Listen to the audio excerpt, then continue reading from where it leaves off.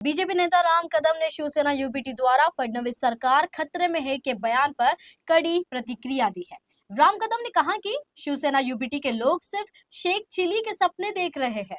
राज्य की फडणवीस सरकार आंकड़ों पर चल रही है और काफी मजबूत है। आपको बता दें कि इस बारे में हाल ही में शिवसेना यूबीटी सांसद संजय राउत ने बहस छेड़ दी है। उन्होंने हाल ही में कहा है कि शिंदे गुट के करीब 35 विधायक उनके संपर्क में है और बीजेपी भी शिंदे से दूरी चाह रही है। इस दिशा में रविंद्र चौहान को जिम्मेदारी दी गई है। अब इसे लेकर राज्य में सियासी पारा गर्म हो गया है। बीजेपी नेताओं ने इस पर कड़ी प्रतिक्रिया दी है। आदित्य ठाकरे के चुनाव आयोग के बयान पर राम कदम ने कहा कि उनकी ही पार्टी के सदस्यों के नाम कई बार चुनाव आयोग की सूची में है। ऐसा बिहार में भी हुआ और यहाँ भी विपक्ष फिजूल के आरोप चुनाव आयोग पर लगा रही है। प्रदूषण को लेकर राम कदम ने उद्धव ठाकरे की आलोचना करते हुए कहा कि वो जब सीएम थे तब मुंबई के क्या हालत थे ये सभी को मालूम है। एक कहावत है कि कौवे के श्राप से गाय को यानी गौ माता को कुछ होता नहीं। अब ये उबाटा के नेता क्या बौखला गए हैं? क्या उनकी मति मारी गई है? सरकारें आंकड़ों के आधार पर टिकती है और महाराष्ट्र में अगर उबाटा के आंकड़े अगर आप देखो तो ना के बराबर है। यहां तक कि अब जो वर्तमान चुनाव हुए उन चुनाव में श्रीमान उद्धव ठाकरे जी से लेकर उनके साथी दल के सभी नेता पराजय की भूमिका में थे, घर से बाहर तक प्रचार के लिए नहीं निकले। यानी होने वाले चुनाव में भी जो जानते हैं कि उनका पराजय होने वाला है वो सरकार के गिरने के ख्वाब देख रहे।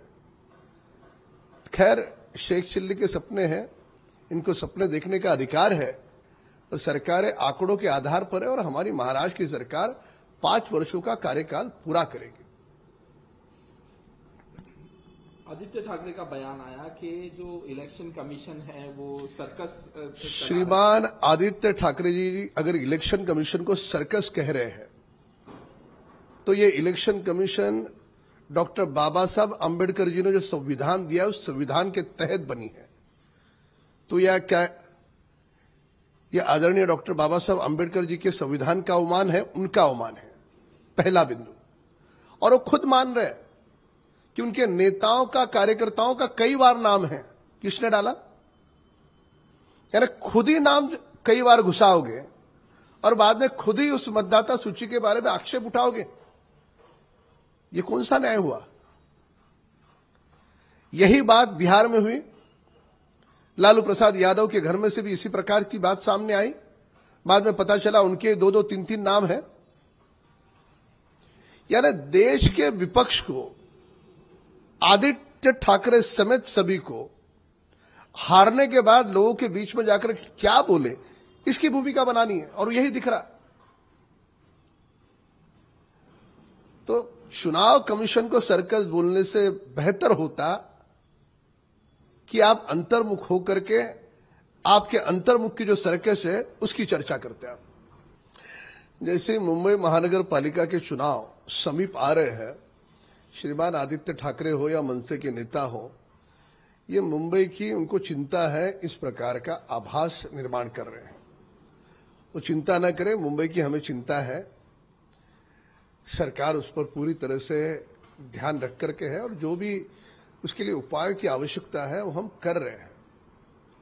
पर क्या इस बात को नकारा जा सकता है कि कुछ पर्यावरण के असमतोल के कारण इस प्रकार की स्थिति इसके पहले भी कई बार हुई है? जब उद्धव ठाकरे मुख्यमंत्री थे तब भी यही स्थिति थी, भूल गए हो? तो इनको भूलने की बीमारी है और केवल जो मुंबई का जनाधार इनका समाप्त हो गया है तो मुंबई के लोगों को दिखाने का प्रयास है कि इनको अभी भी मुंबई की चिंता है। उबाटा से नेते अरविंद सावंत असतील किंवा संजय राऊत असतील किंवा अन्य त्यांचे नेते असतील, यांना दर 2 महिन्यांनी एक सवय लागली आहे, सरकार पडेल सरकार पडेल सरकार पडेल। यांचं एकदा तरी भाकीत खरं आलं का? कधीच खरं आलं नाही, येणार पण नाही। अहो, यांच्याकडे काय आकडे आहेत? हाताची बोटं सुद्धा जी आहेत त्याच्यावर सुद्धा बसणार नाही, जेवढे कमी आकडे यांच्याकडे आहेत। आणि जे आहेत ते कधी सोडून एकनाथ शिंदे साहेबांकडे जातील याचा नेम नाही। तर त्याच्यामुळे अशा प्रकारची विधानं करणं हे उबाटाच्या नेत्यांना त्यांची राजकीय आवश्यकता आहे. उरलेले आमदार खासदार सुद्धा सोडून जाऊ नयेत म्हणून आता मुंबई महापालिकेतले जवळपास 70% नगरसेवक त्यांना सोडून गेलेत. आता उरलेली या आठवड्याभरात जातील अशी स्थिती आहे. त्यामुळे भीतीपोटी हे उबाटाच्या नेत्यांचं उरली लोक सोडून जाऊ नयेत म्हणून हे वक्तव्य आहे. या वक्तव्याला गंभीरपणे घेण्याची आवश्यकता नाही.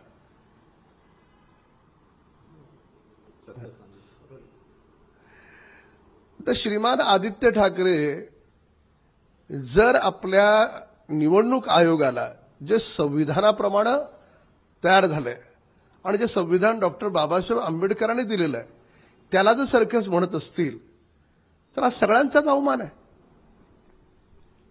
मग तुमच्या मनाप्रमाणे झालं तर योग्य, मनाप्रमाणे नाही झालं तर सर्कस. खरी सर्कस तुमच्या मेंदूमधली आहे.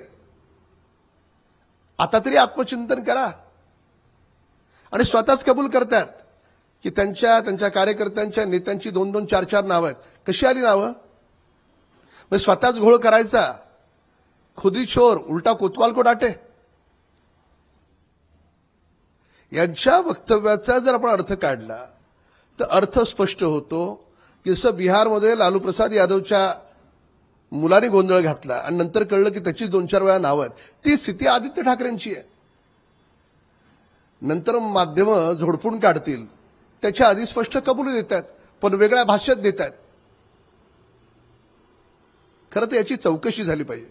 यांची ही जी नावं टाकली गेलेत ना याच्या पाठीमागे उबाटा नेत्यांची काय मनशा होती याची चौकशी होण्याची गरज आहे.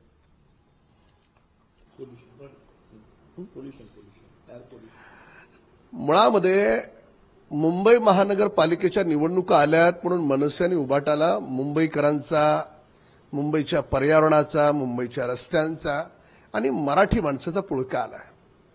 निवडणुका संपल्यावर काय होतं ह्यानं? आदरणीय देवेंद्र फडणवीस साहेबांच्या नेतृत्वात ही मुंबई सुरक्षित आहे, काळजी करू नका. आणि पर्यावरणासाठी जे काही करायचं आम्ही करतो. पर्यावरणाच्या नावाखाली मुंबईतली मेट्रो तुम्ही अडकवून ठेवलीत. ती मेट्रो जर आजपासून 4 वर्षापूर्वी सुरू झाली असती तर रस्त्यावरची वाहनं कमी झाली असती, अजून पर्यावरण चांगलं झालं असतं. तर त्याच्यामुळे पर्यावरणाच्या गप्पा उबाटाच्या नेत्यांकडून किंवा बाकीच्या नेत्यांकडून योग्य नाहीत. त्यासाठी काय करायचं, कसं करायचं आम्ही करतो आहोत. मुंबई महानगरपालिकेच्या निवडणुका डोळ्यासमोर ठेवून ही अशा प्रकारची वक्तव्य आहेत. जेव्हा श्रीमान उद्धव ठाकरेजी मुख्यमंत्री होते तेव्हाही होतच नाही. त्याच्यामुळे राजकीय खालच्या स्तरात जाऊन टीका न करण्यापेक्षा याच्यावर योग्य ते सरकार पावलं उचलतंय. सरकारला मुंबईची, मुंबईकरांच्या आरोग्याची काळजी आहे.